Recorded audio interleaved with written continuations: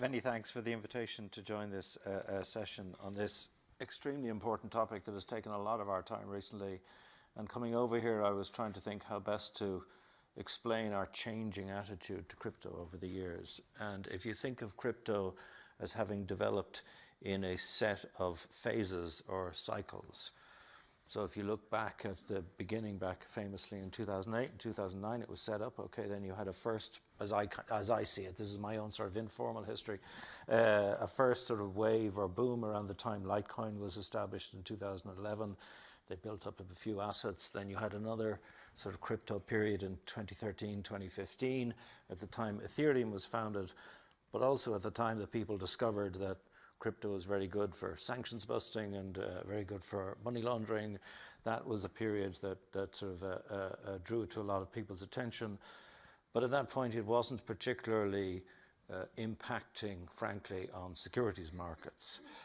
But the next wave of crypto, which happened at the time of the ICO craze around 2017, 2018, the initial coin offering phase, that brought them into close relationship with securities markets. At that time, in effect, crypto was used to establish a sort of shadow primary market for venture capital, if you give it a maybe too pompous a title for what was going on.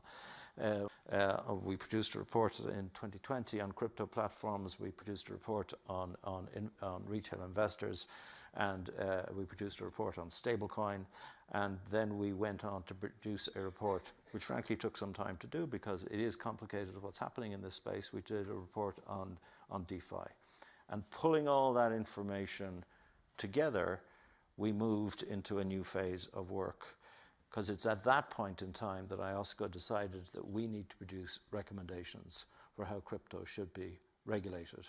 And the first step in that was our work with CPMI to produce recommendations in relation to stablecoins, and that came out in July 2022. And at the same time, we produced a roadmap promising to deliver global recommendations in relation to how crypto should be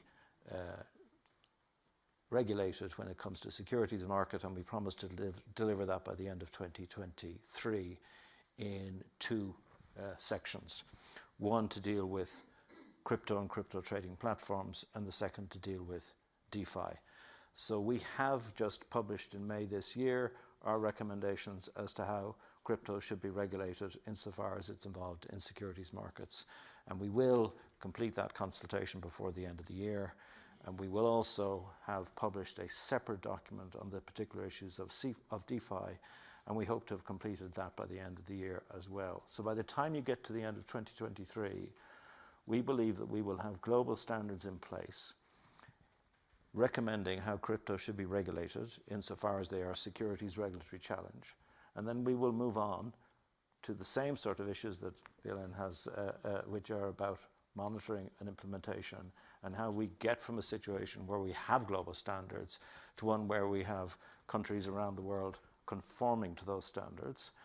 And that's a big challenge, because not only back in 2018 at the time of ICO, but consistently since then, jurisdictions have taken initiatives. And as we look around our members, frankly, it's quite a patchwork at this point in time where jurisdictions have got to.